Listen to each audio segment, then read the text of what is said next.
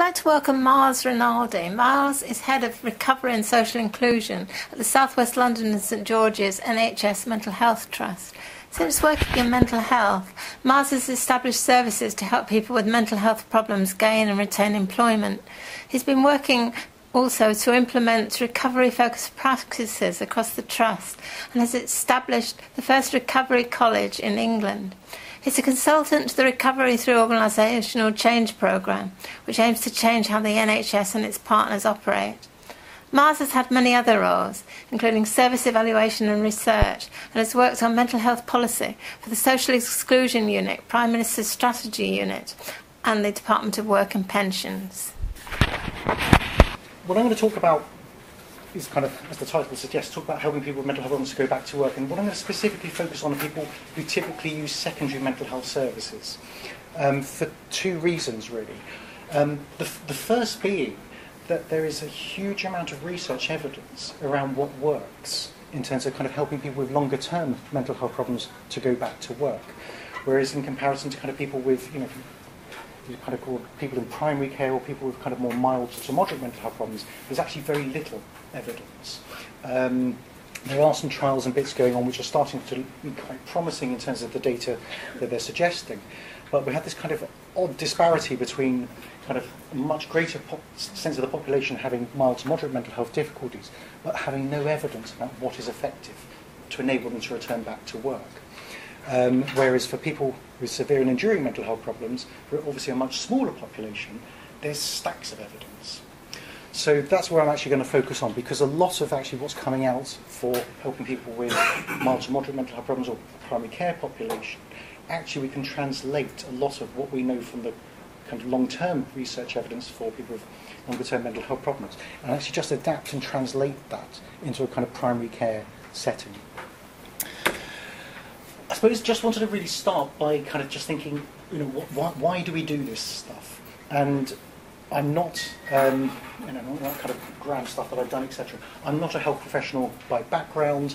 I'm somebody that's worked in mental health since kind of around 1995, 1996, and always in this kind of area of kind of rehabilitation and recovery, with a focus really about looking at how do we help people to do the things that they want to do in life. And just from research I've done, talking to people, working in services, working in local authorities, in the voluntary sector, there's this constant want for people to kind of see, as part of their recovery, actually going back to work is a kind of quite a critical thing for not everybody, but a lot of people. And just thinking about, what's the impact that kind of work has on people's lives? Well, coming into contact with mental health services for the first time, being given a diagnosis like schizophrenia is a huge life-changing type of diagnosis, where a lot of people kind of think their life is over. However, we know that actually with the right help and support, people can go and do the things that they want to do. What do we know? We know that actually lots of people who use secondary mental health services have that aspiration to want to return back to work. Whether service user researchers, academics, government departments carry out the research, it doesn't really matter. When asked what's important to people in terms of their lives, returning back to work comes out as a kind of a big issue. Whether services listen to that is another matter. What we also know, and this comes from DWP data set, when people develop a mental health condition for the very first time, their likelihood of going back to work is fairly grim, especially when you kind of compare it not just with the general population, but in terms of people with other health conditions or other disabled people, people with kind of visual impairments, hearing impairments, and sensory impairments, and physical impairments. People with mental health problems are kind of twice as likely to lose their jobs. So if you think about people as they start to become unwell, already have a job, once they become unwell, very unlikely to kind of bounce back into the labour market, unlike lots of other health conditions. When we look at data for people who are currently within mental health services, we find in 2012 an employment rate of about 13%. If you look at people on CPA, the care programme approach, it's even lower. It kind of bounces around the kind of 6 to 8%.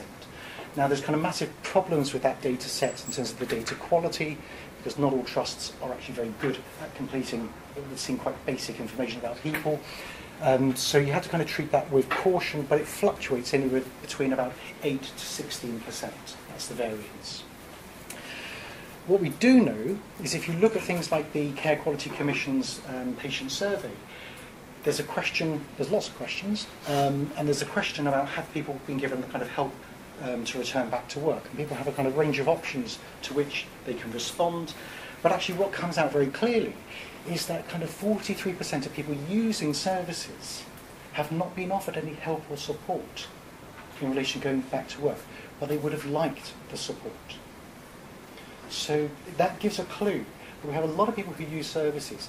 Employment is kind of important to them in their lives, but there's no discussion with anybody in kind of as a health and social care worker. Nobody's talking to them about do they want help or support around employment, or just to kind of think about it. To illustrate the point, I've pulled out what we know, and this is just English data. And the really sad news about this data is it's not unique to England. This gets replicated in every country around the world. If we look at young folk who develop the first episode of psychosis, when we kind of look at just some of the data that exists in relation to kind of people coming into contact with a first episode psychosis team, and then what happens, we find kind of the trend going the wrong way. So in Birmingham, Max Bircher had found when he was setting up, really thinking about first episode psychosis teams, that at the kind of start, 52% were in employment. A year later, that had dropped down to 25%. In Nottingham, Swaran Singh found, again, 25% in employment at the start. 3 years after that kind of really intense package of first episode psychosis team support, 16% were in employment. In West London, they found after a year, having been first admitted for that first episode of psychosis, the employment rate was 13%. Philippa Garrity over in South London, kind of when they were doing some of their kind of earlier work, kind of found that actually, you know, at the first episode, people were studying. Nobody was employed, but 14% were studying. A year later, 100% were unemployed. And so you can kind of get a sense that actually this is all moving in the wrong direction. And the sad news is we can go around all the other kind of big countries around the world who've done a lot around first episode psychosis. You know, you can look at Australia, you find the same kind of data. America doesn't really have any data on first episode psychosis because people are in the insurance system. They don't get into the public system until they've had several episodes. You find it in kind of Norway, where they've done huge work around kind of early detection and first episode teams. You look at all the tips work, actually people are not returning back to work and they're not moving back to their lives that they had before the onset of psychosis. So, is employment a realistic goal? What we know from all the research evidence, and I'll unpick a bit for you in a moment, but kind of what comes out really, really clear from endless kind of regression analysis is that things like diagnosis and symptoms do not predict success. I'll show you in a second. There are kind of, at this moment, there are around 23 published randomized controlled trials of helping people to return back to work. And everybody then kind of, once they kind of look at what type of support helps, then try to look at can we target the intervention. And again, so diagnosis, symptoms, level of disability, level of social skills, all the kind of clinical variables which we would normally see in everyday practice as being important, don't seem to stand up under kind of regression analysis. What comes out as kind of the robust predictors of success are firstly having had a job in the past, and normally within the last 5 years. But actually what's more important actually is the two issues around motivation and self-efficacy. So wanting a job and believing you can do it are actually the most robust predictors of somebody being able to return back to work. So if you're working alongside somebody who maybe has a diagnosis of schizophrenia and another person with depression, actually there's no clinical variables that are actually going to be able to kind of actually predict who's going to be successful unless you kind of look at issues around motivation and that self-belief. And anybody that's done any work to help people to return back to work, you kind of know actually, from you think back to just people you've worked with, those who are motivated and can see themselves working somewhere, they're the folk who've been successful, which gives us a huge clue in terms of kind of what do we need to kind of do to kind of help people to kind of think if employment's important How do we maximise their chances? And it's that kind of issue around motivation and psychologists would call self-efficacy. I've also kind of put in this issue about shared decision making, because it's obviously the government has stolen the term from the civil rights movement and the disabled people's movement around no decision about me without me. But what you find continually, both in kind of routine practice, but it also comes through in terms of the randomised controlled trials, is almost this kind of gatekeeping that goes on in terms of a care coordinator and in America case managers making a subjective assessment as to whether they think somebody's ready to go back to work. And I'm not going to go into it, but all the kind of tests and assessments that exist to kind of predict whether people are able to go back to work, etc. None of them stand up for this population. There's no kind of validated assessment tool which can actually predict. So it really always comes back to this issue around people's motivation and self-belief.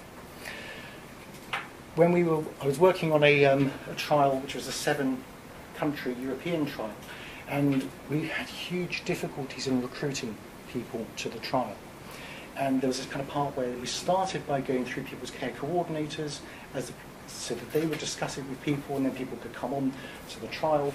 We had an atrocious time. We had to get round to clients themselves to talk to them directly, kind of bypass people's care coordinators.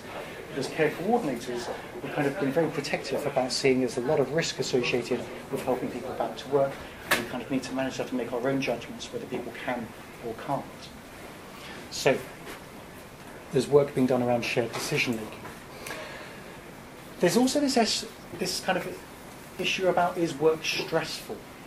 And it comes up when I talk to clinical teams. A lot of people kind of say, oh, people don't really want to go back to work because it's all a bit stressful. And I suppose we have to kind of ask ourselves, what are we comparing it to? Because if we're comparing it to our own working lives, which can be quite stressful, my life can be quite stressful at times, often through no fault of my own. But if you think about it, and if you know any of the literature around the unemployment literature and the associated stresses of being unemployed, there's kind of huge kind of health, both psychological health and physical health implications of being unemployed. And when you outweigh that with actually the associated stress of working, actually it comes out very clearly that the right type of job or appropriate work with the right terms and conditions, etc. in place, actually work is better for your health and well-being. Now it's easy to argue that on a kind of academic level and go through all the research that kind of supports that. But I've always been struck by this paper, which was written by Joe Marone, who's a service user in New York, and his psychologist. And the paper's basically, if you think work is stressful, try unemployment. And it catalogues his journey, his personal journey from being a service user of mental health services and the associated stress in relation to kind of social isolation, poverty, etc. And then his transition into work. And then the associated stresses and strains in relation to that. And I think we just have to kind of just be mindful when we're working alongside people, what are we comparing this stress to? In its simplest sense, I'm trying to summarise about 20-25 years of research for you. In terms of mental health, there are two main types of supports that have been put into place in relation to vocational rehabilitation. And they fall into kind of these two kind of philosophies. The first one is very much called train and place. And a train and place approach would be what we've kind of used to have within mental health services and kind of still exist in some places, sheltered workshops, where people would go somewhere, they would learn associated skills which were deemed to kind of be helpful to return back to work, and then as time went on, they then got jobs out in the community. The same goes for pre-vocation training. So training people around the skills, and then with the view that as time goes on, people can try voluntary work, and if successful, then they can move into work.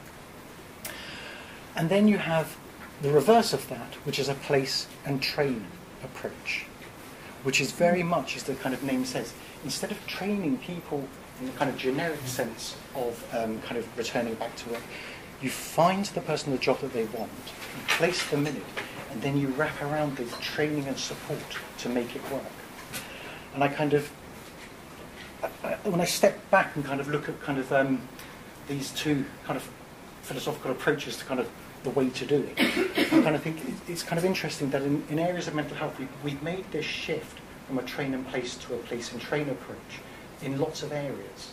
So social skills training, we don't now provide lots of generic social skills training to people. We teach people, if people need to learn to cook, we don't teach them to cook in kitchens and day hospitals. We teach them to cook in their own homes. The skills will then be more transferable to enable them to cook, etc. The same with housing support.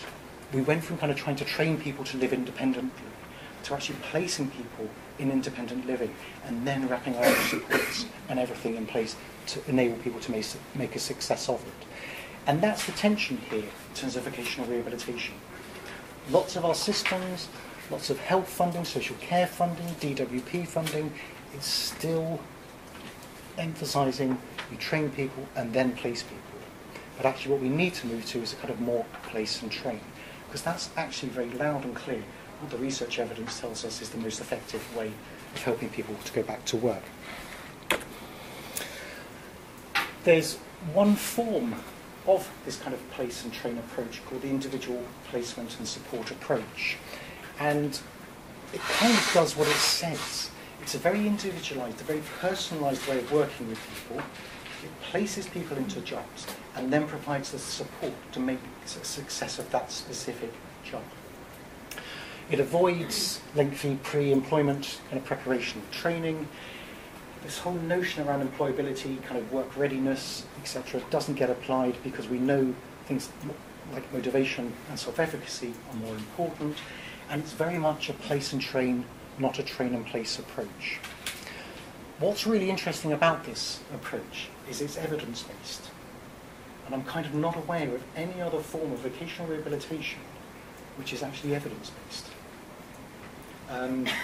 It makes a very, very sensible assumption that people can work in ordinary competitive settings.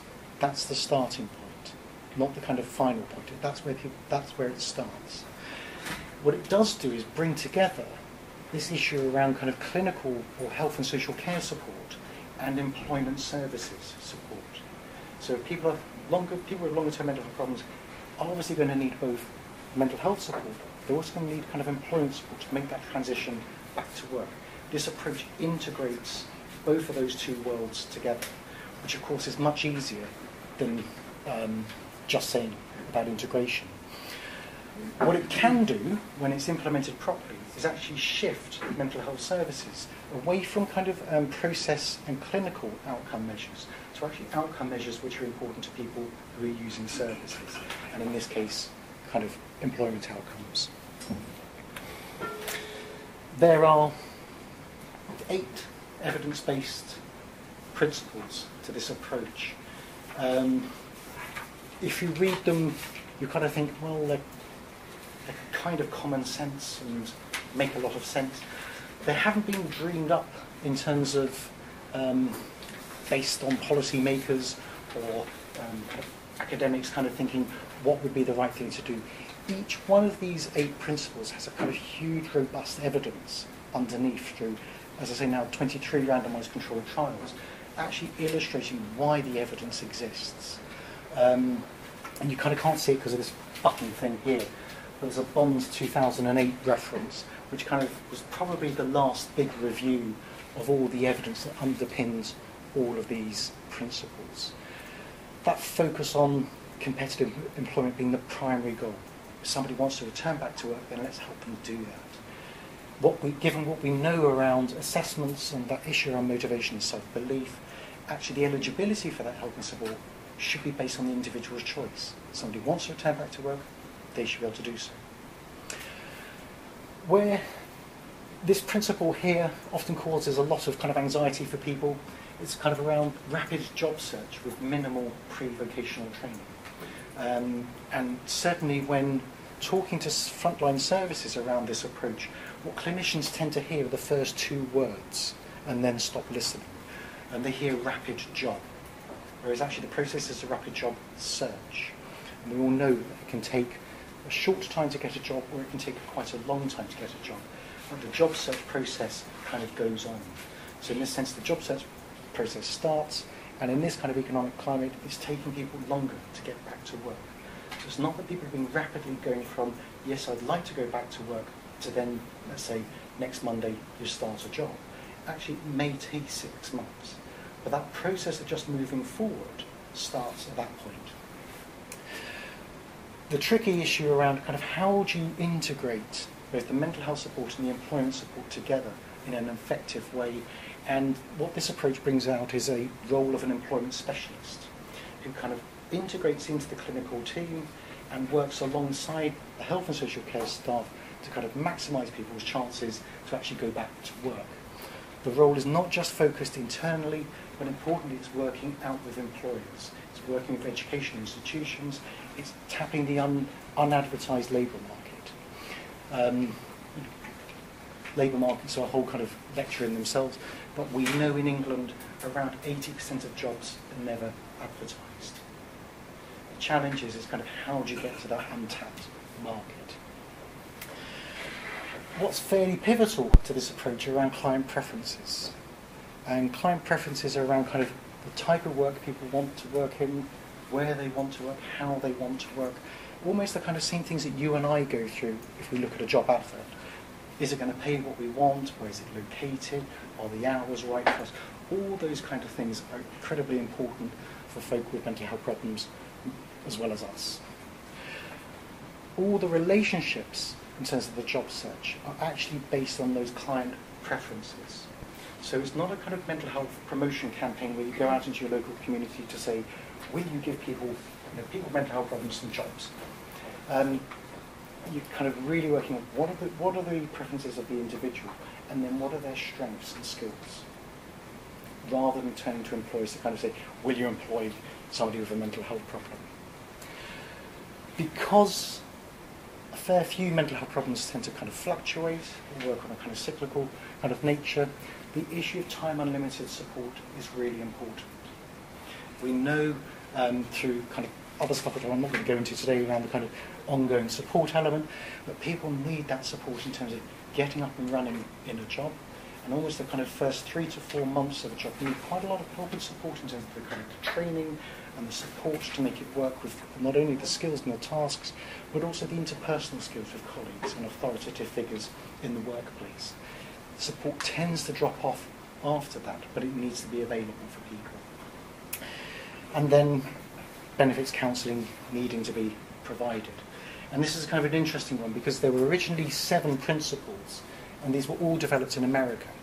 And as this approach started to kind of be applied outside of America, the whole issue of the welfare benefits systems in different countries, etc., really came into force, whereas they don't really have such systems in America. So kind of benefits counselling actually needs to be there to support people so they actually know how much they're going to get in their hands each week or each month, etc. Same kind of stuff that's important to us when we apply for a job. I suspect we're all different. We all have different wishes and wants in relation to kind of how we choose our jobs. And I really just wanted to kind of emphasise that this is a very individualised approach. People often draw parallels with things like the work programme and other kind of conveyor belt systems.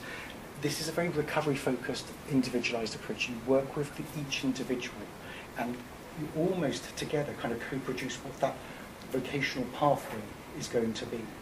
An employment specialist uses the 8 evidence-based principles, but you kind of co-create and co-produce what's that path going to be to enable the person to get a job. Here are just 16 of the randomised controlled trials that have kind of happened, mainly in America, but some of them outside of America. And the kind of, just to explain the graph, you have a kind of percentage up here, and then you have each trial site and the year when the trial was published. The black lines are this kind of place and train approach, this individual placement and support approach. The red lines are the control services. And the control services, all the control services, were train and place. So what you kind of see is each of the different sites, and there's 2 ways of looking at it, I suppose. You can kind of see that actually, in every trial, the results are far more superior in terms of people with kind of severe and enduring mental health problems, and in most of the trials, around 85 to 90% of the participants had a diagnosis of schizophrenia, are returning back to work in comparison to other approaches. But also then you kind of look at the effect size, and in most of the studies you kind of see pretty much a doubling in effect. And in that kind of case you're seeing almost double the number of people returning back to work than being provided with a more traditional train and place approach. We undertook a review 2010 because a group of us were kind of doing quite a lot of work, not only around people who were long-term users of mental health services, but for young folk who were experiencing a first episode of psychosis. And we just pulled together the different studies that have been published. There's a couple of RCTs, but the rest are kind of naturalistic or quasi-experimental studies. What you had here was a pre-vocational approach, specifically targeted at young folk with first episode psychosis. Now, because we're talking about young people, education is just a critical outcome as employment. First episode teams tend to be working from kind of 14 or 16 upwards, so helping people to complete their education to then make the transition into the labour market is a kind of fairly critical issue. The blue block is the employment rate, and the red block is education. You can see here in a pre-vocational approach, around 29% were successful getting back to work. So training to then place. A study in London, Carrington and Islington, they kind of found actually by providing a type of place and train approach, you get up to 50-odd% back to work in comparison to kind of 42%. We had a stat with just doing this in routine clinical practice, so we didn't have a control service, but we got up to kind of 68% in 2004. A New Zealand, Vicky Pretorius, kind of, again, in an early intervention team, looking at providing the individual placement support approach, got over 70%. And then here's the first RCT, Owen Kalaki in Australia, and you can kind of see 84% versus 29% through this approach. We did a follow-up study in our own services to kind of look at no control service, but we were getting over 73% young folk back into education and employment. And then Keith Nectarline's RCT in Los Angeles, again you're seeing kind of the 82% versus 31%. So very rapidly, people who are just developing a mental health problem are being rapidly helped to kind of get back into education and employment alongside receiving clinical services. If we look at the first European trial, in its kind of simplest sense, it was an RCT. It was 6 European countries. People randomised at the patient level, 18-month follow-up. And what are the key findings? 55% of people returned back to work in comparison to 28%. So it was taking a kind of place and train, 55% went back, train and place, 28%. Kind of importantly, for the folk who got the place and train, they actually sustained their jobs much longer, and they actually earned more money per hour than the folk who went through the train and place approach. In terms of people dropping out and being readmitted to hospital, it was 31% versus 20%. So more of the kind of control service were dropping out and then being readmitted. There were no differences in kind of any clinical characteristics baseline. And as we went through the study, one of the things that came up has been kind of very important for the clinicians across the 6 different countries was this issue around kind of clinical well-being and kind of the risk of relapse, etc. We were capturing it through kind of readmission rates to hospital, etc. But we also kind of had some measures which were just looking at actually what's the impact on people's clinical well-being. And by helping people back to work in this kind of supportive and very individualised way, didn't have a detrimental effect on people's well-being. This is some work we did in southwest London, where we started to kind of implement this approach back in 2002. And to implement this, we had to kind of close down a sheltered workshop to release the funding for employment workers in the community mental health teams. I suppose you've got several different time points here, but to explain, the big solid line is the employment rate.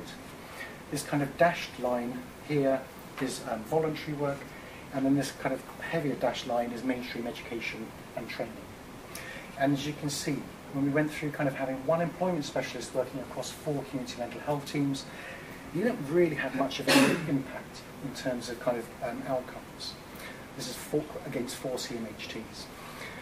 Half a worker as an employment specialist trying to deliver this year approach, and that's where you start to kind of see some differences between these outcomes, and that priority is starting to be given over to employment. But it's only as you kind of got a whole-time employment specialist delivering this approach to high fidelity is where you start to see the kind of huge gains in terms of people actually being able to go back to work, and that priority accorded to employment as against voluntary work or education.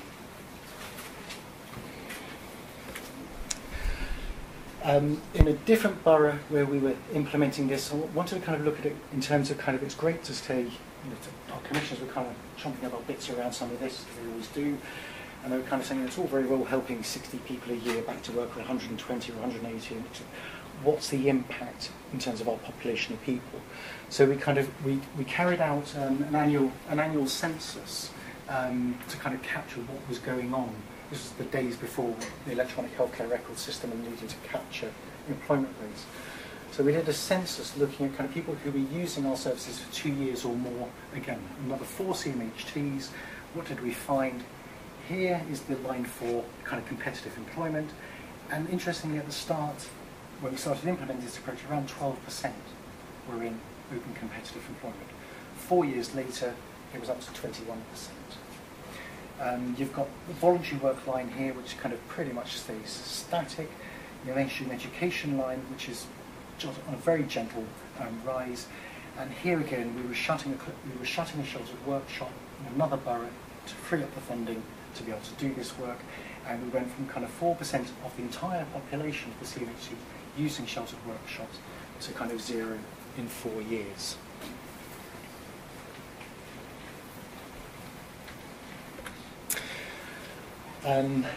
Just to pull apart some of the data around young people with first episode psychosis, I showed you kind of what we were able to achieve, the 68 and then the 73%, but kind of what was actually going on over that kind of 24-month time period. Our EI services were commissioned for a 2-year package of support, so we kind of looked at people who were getting the support and what were they doing. As part of the initial assessment in terms of the early intervention team, people were being asked around education and employment. Because we knew, and lots of people actually already come in to contact the services and they already have jobs, they already studying. And again here, and this was kind of the way our teams were linked from having to go from GPs into secondary services and then to EI teams, we had a 12% start of people in employment, but within 6 months, 35% had returned back to work, 42% by 12 months, and 48% at 18 and 24 months. The education rate here fluctuates, and this is, and I don't think I've got the graph from the paper which kind of shows what's going on, but basically people are moving in and out of education, and what the other graph would show, I don't think I've got it, no, is as people complete their education and start dropping out, they then make the natural transition into a job, which is kind of like the natural transitions that we've all had to make, or still to make, where we complete our education and then move into the labour market. The clinically really relevant one is this funny coloured line here. Around these are the people who are unemployed and unoccupied. And this is the kind of, it's this group of people who have the biggest risk in terms of their both physical health and mental health in relation to kind of unemployment. Unoccupied and unemployed. No structure in their lives. And we brought that down from 28% to around 6% over that 2-year period. So very rapidly, the people in their acute phase of psychosis are being rapidly helped to go back into education and employment. And it's kind of interesting because we were doing this evaluation whilst the consultant was doing an evaluation of the effectiveness of the whole team. And we kind of both arrived at the kind of endpoints at the same time. And he said, it's really fascinating. We've been through all the clinical variables and all the data we've collected on people. The only difference that our EI team has made in terms of any of the variables that we've collected are the employment and education variables. Clinically, he said, people are actually still just as unwell, but they seem to be able to hold down jobs, and they seem to be able to carry on studying. That's really interesting. Where was this conducted? Did you say a particular borough? This was the boroughs of Wandsworth, Sutton and Merton. And paper references is here.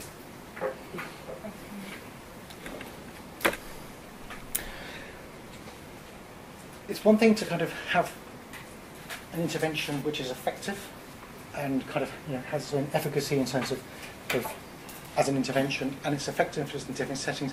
There are challenges though to kind of implementing such a kind of approach. And if I think about it in terms of what I know and understand and experience in kind of England, we've got kind of national, regional and kind of local system challenges.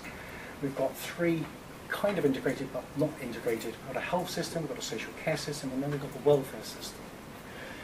And within that kind of circle is welfare benefits. We also have in society still these kind of myths and assumptions about what people can do and can't do. And we often characterise them as kind of low expectations, but it's a form of prejudice that still exists. People with mental health problems often can't work. If they do, it'll be stressful and lead to a relapse. And you still hear services say our job is to protect the public and the individual. Helping people back to work actually is risky. In terms of implementing IPS, there are kind of, if you use implementation science to kind of give you a guide, there are the kind of these three different levels. There's the kind of adopting it in principle. There's a kind of early implementation stage where you'd expect a lot of energy and commitment to be put into this to make it work. But then there's the persistence and the sustainability.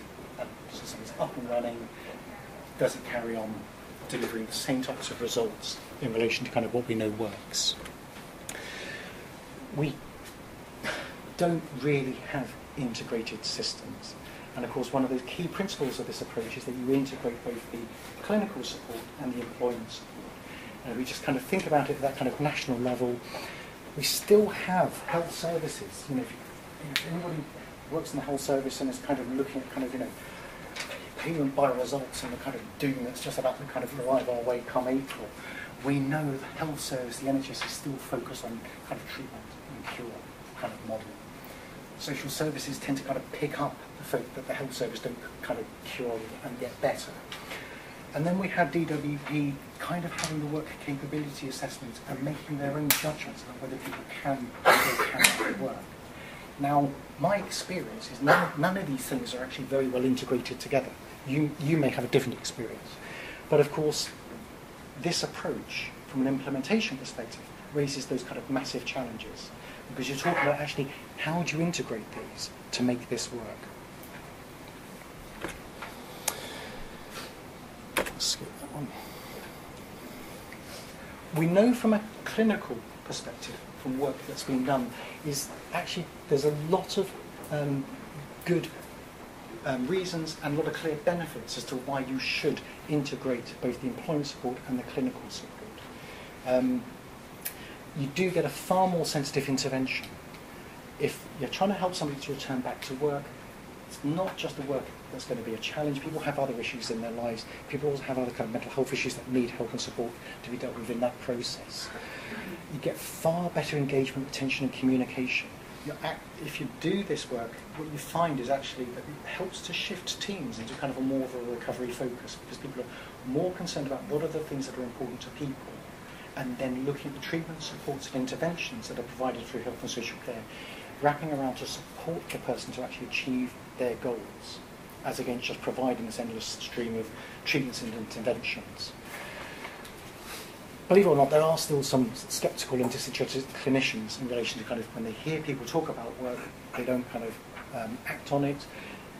By integrating this, teams get to see and hear people that they know, people who they've supported, cared for, etc., all of a sudden moving forward with their lives.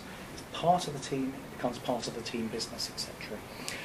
What you do manage to do also is get much better job retention.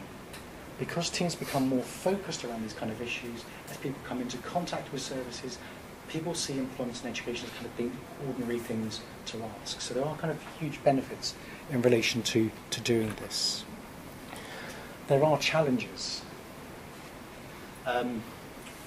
This was my favourite up until the last couple of weeks, actually. And that's been kind of topped by loads of other things. Extraordinary. There's this magazine here called The Week, and evidently it's the magazine of the year. And there was this kind of thing earlier in this year about how mad are the Tories. And they kind of ran with this. And this was priceless, because when it came out, everybody denied that this conversation had gone on.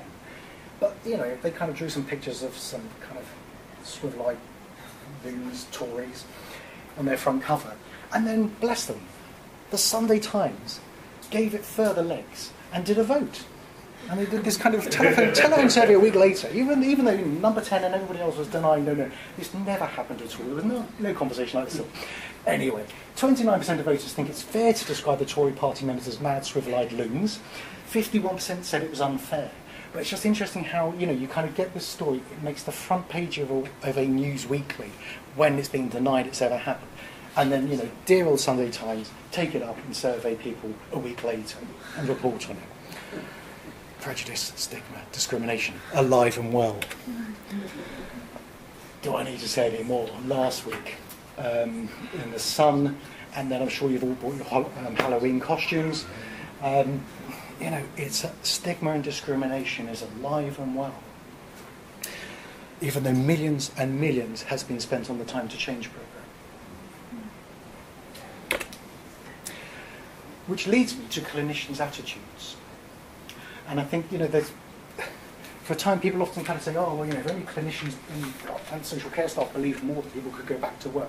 I think what we have to kind of see this in the context is those societal messages around prejudice and stigma that exist.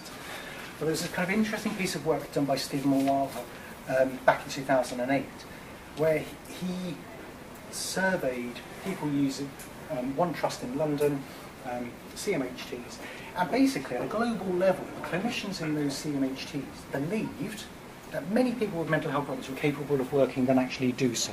So when presented with that figure of 13%, they go, oh, this is outrageous, this is a national, this is outrageous.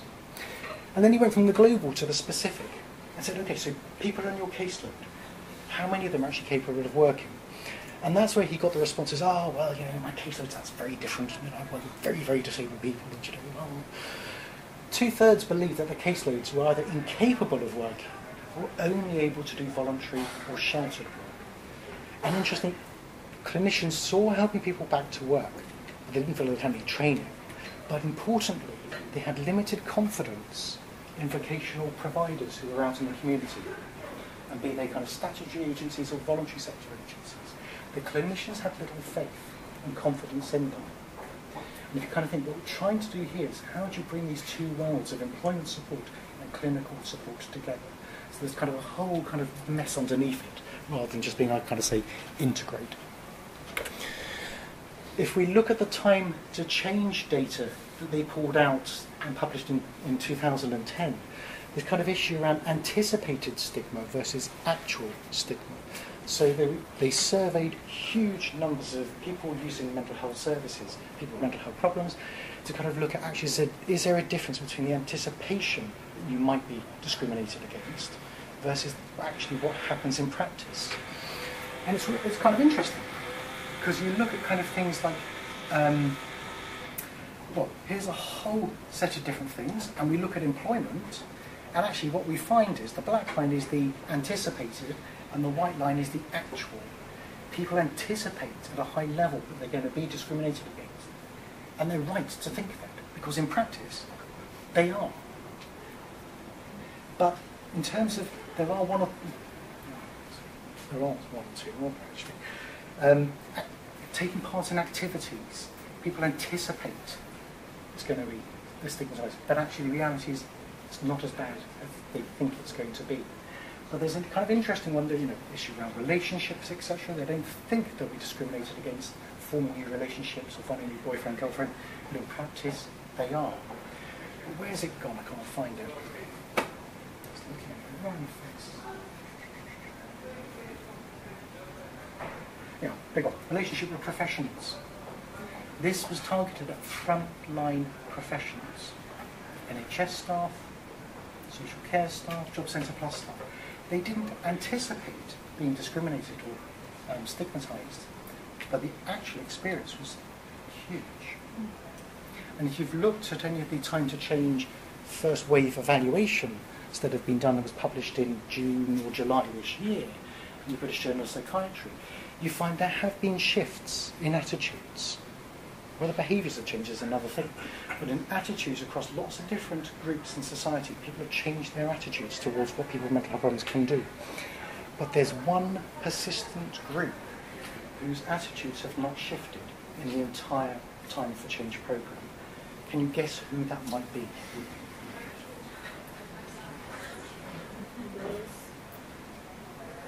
Employers. Employers.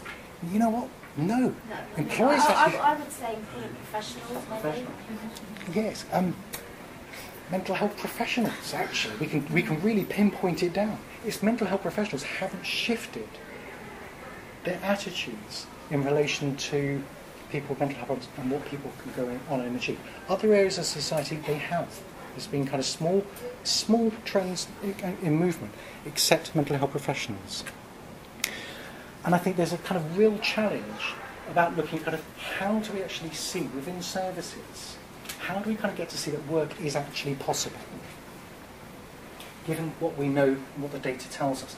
And this is just somewhat we were looking at when we were implementing this approach, and we kind of looked at the CQC patient survey and then applied it locally. And what we found was, the question of, have you received help with finding work in the last 12 months? We've got 3 different answers. Yes, I received help. In this borough, Merton, massive difference between that and the National Patient Survey results. No, but I would have liked some help. Still unmet need, significant difference. But this is actually the really important one. I cannot work because of my mental health problems. Massive significant difference between, by having employment workers in teams starting to talk about employment as being a possibility. I'm not saying that everybody can get a job, but it's a possibility. Has a massive impact in terms of people themselves' own perceptions of what they can do and can't do. Because if you think about the difference between anticipated and actual stigma and discrimination, if you believe you cannot work because of your mental health problems, even though you might want to, you don't bother doing anything about it because you don't believe it's going to be possible. Whereas actually, if the messages that you're receiving from people are, it might be possible with the right help and support, then actually you're more likely to try if that's what it is that you want to do. And kind of just, I think to finish with, this is a study we've kind of just finished with Tom Craig as the principal investigator. We did a cluster randomised controlled trial. And we were kind of looking at this issue about ambivalence in young people. What we were also trying to do with these 4 EI teams was to kind of look at the ambivalence that the clinicians hold themselves in relation to young people returning back to work and education. And we spent quite a bit of time with Steve Rolnick, who developed motivational interviewing, and kind of, he kind of really helped us to kind of shape our thinking and also the delivery of training in relation to this.